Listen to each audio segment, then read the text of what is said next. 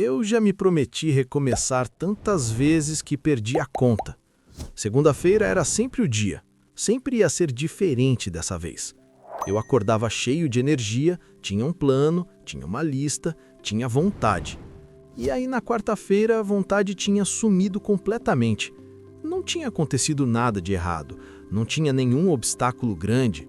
A vontade simplesmente foi embora e eu fui junto com ela. Esse ciclo se repetiu mais vezes do que eu gosto de admitir. Janeiro cheio de planos, fevereiro em ruínas, março recomeçando tudo de novo. Eu achava que o problema era a falta de motivação, que eu precisava encontrar o combustível certo. Ficava atrás de vídeo inspiracional, de podcast, de frase que me fizesse sentir invencível. E funcionava, por umas 3 horas. Depois o efeito passava e eu estava no mesmo lugar. Você já fez isso? Ficou dependendo de se sentir motivado para começar alguma coisa importante? Como se a ação dependesse do sentimento, como se sem a chama você não pudesse se mover. Eu passei anos nessa lógica e ela me custou muito. Me custou projetos abandonados na metade, me custou habilidades que eu comecei a desenvolver e larguei quando ficou difícil. Me custou a confiança em mim mesmo, porque cada vez que eu parava, eu me via como alguém que não termina as coisas. E aí eu evitava começar coisas novas, porque eu sabia que provavelmente ia parar.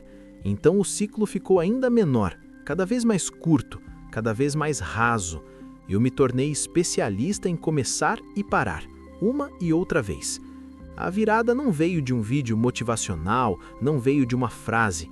Veio de uma observação muito simples que eu fiz sobre alguém que eu admirava. Essa pessoa nunca parecia motivada, nunca parecia empolgada.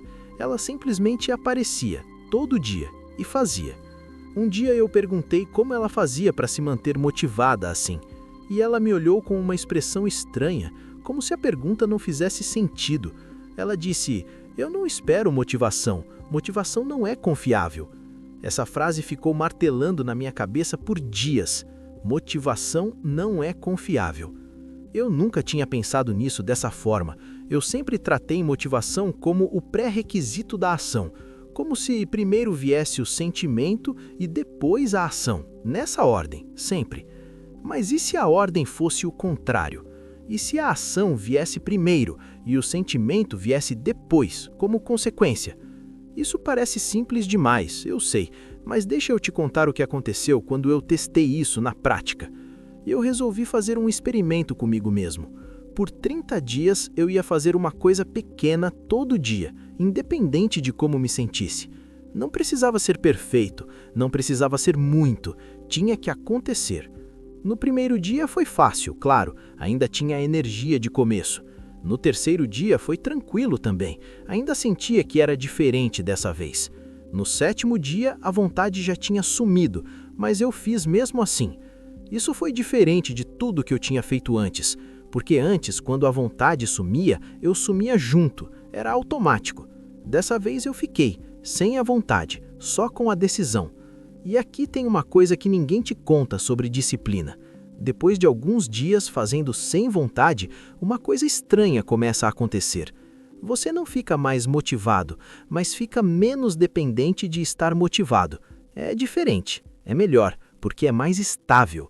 Motivação é uma onda, ela sobe e desce sem você pedir. Ela aparece quando você menos precisa e some quando você mais precisa. Ela é bonita quando está presente, mas você não pode planejar em cima dela. É como construir uma casa em cima de areia que muda de lugar dependendo do vento. Disciplina não é isso. Disciplina é a estrutura que existe independente do vento.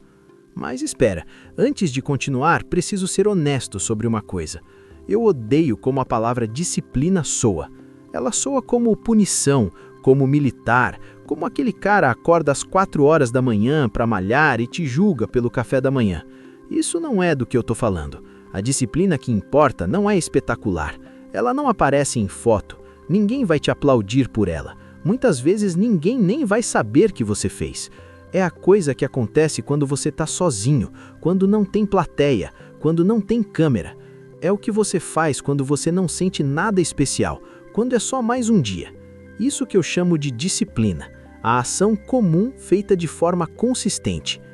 Deixa eu te perguntar uma coisa direta. Tem alguma coisa na sua vida que você sabe que precisaria fazer todo dia, mas você só faz quando está com vontade? Pode ser qualquer coisa: estudar, escrever, se exercitar, construir alguma coisa. Essa coisa que você faz só com vontade está te custando mais do que você percebe, porque vontade aparece talvez em 20% dos dias. Os outros 80% você está esperando por ela, e a vida vai passando. Eu precisei entender isso da pior forma, porque perdi anos dentro desses 80%, anos esperando o sentimento certo para começar a construir algo que eu queria de verdade. Isso não é crítica, é só a realidade do que acontece quando a gente confunde disciplina com motivação. Tem uma frase do escritor brasileiro Guimarães Rosa que ficou na minha cabeça. Ele disse que o correr da vida embrulha tudo, e que a vida é assim: esquenta e esfria, aperta e daí afrouxa, sossega e depois desinquieta. Isso é exatamente o que acontece com a motivação. Ela esquenta e esfria, ela aperta e afrouxa. E você não pode controlar quando ela esquenta ou quando ela esfria. O que você pode controlar é o que você faz quando ela esfria. Agora deixa eu falar sobre algo que é menos discutido sobre disciplina. O custo emocional de começar e parar repetidamente é muito maior do que o custo de continuar. Cada vez que você para, tem uma conversa interna que acontece. Uma voz que diz: "Você parou de novo, era esperado, você sempre faz isso."